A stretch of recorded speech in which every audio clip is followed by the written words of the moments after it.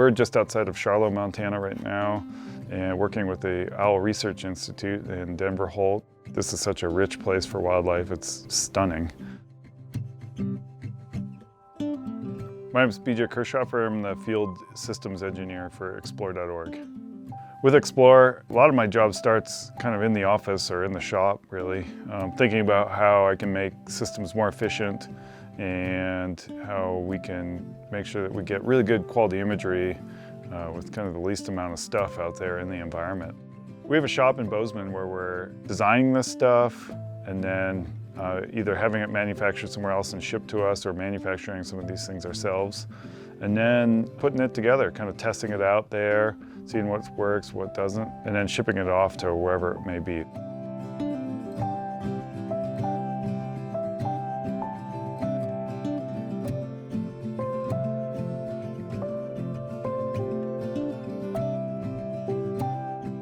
We're on the Salish Kootenai tribal land right now, driving in to near a great gray owl nest. We're hoping to bring in a big trailer that has solar and Starlink on it so that we can bring up a live cam on the great gray nest. We don't have a trailer on right now. We're going in bare with a bunch of saws. We hear that there's a tree down on the trail. So we're kind of splashing through some mud, checking out the road, and then hopefully going to clear this tree before we go back, get the trailer, and then go in and install everything. This is just owl work at its best, you know. Obstacles all the time, nothing we can't deal with. You've got miles of clearance underneath there. Go, go, go. Cut. Our biggest challenge there is just simply driving our truck and the trailer over that road, not getting stuck in the mud, and then finding a clearing to park the trailer that has enough sky for both sunlight and for low orbit satellite internet. My name's Joe Pfeiffer. I'm the Director of Field Operations at explore.org. I'm basically in charge of all the field hardware, the systems, the logistics, the personnel that we're putting out in the field to perform these installations, and just overall a lot of the technology that goes behind how we bring these live streams live to the world.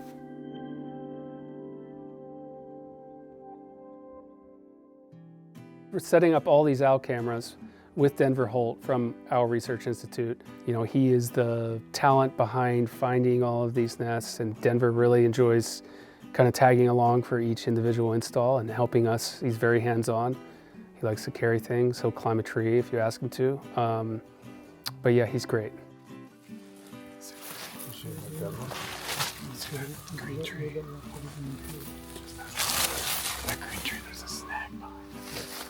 So what we're looking at now is a female great gray owl on the nest. This was the same nest that was used last year, and presumably it's the same female.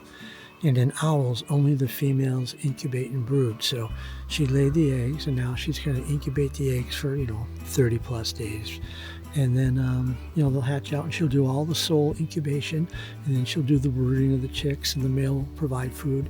And she'll take breaks from time to time to go off, maybe go to the bathroom, cast a pellet, receive prey from the male. And so now it's just hoping that she's able to make it, that nothing disturbs her, that, a bear doesn't climb the tree and maybe get the eggs or the chicks, or it doesn't get blown over in a windstorm. So, there's a lot against her. But now we're going to monitor it and see how she does. Last year she produced 2 chicks of 3 eggs that were laid.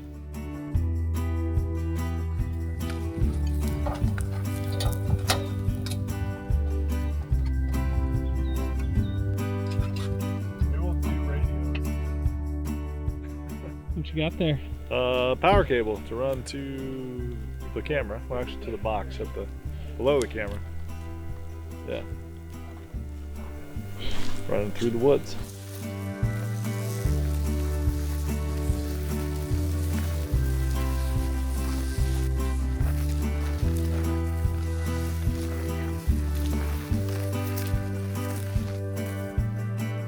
We're fishing power cables through the forest.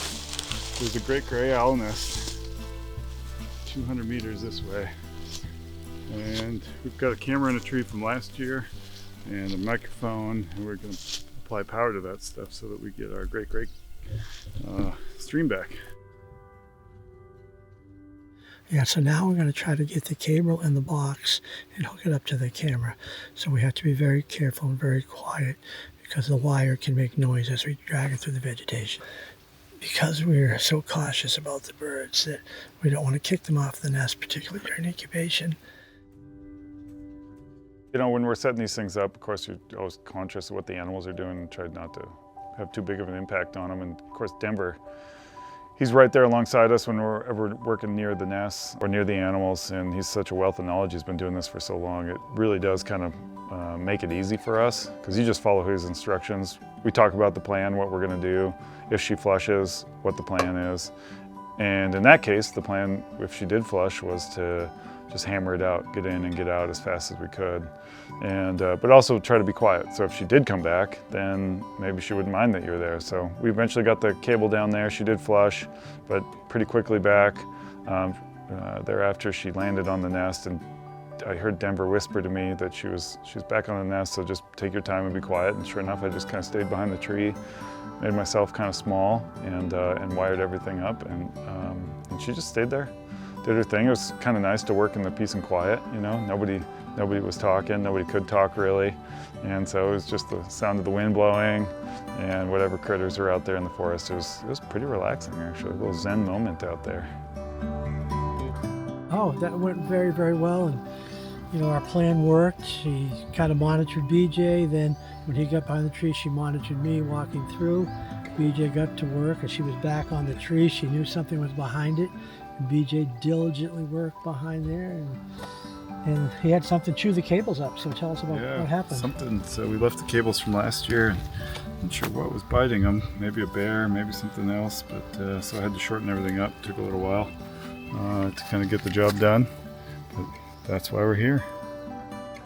Well, so far I had one tick on me, and see all these little, whatever you call these things, brush.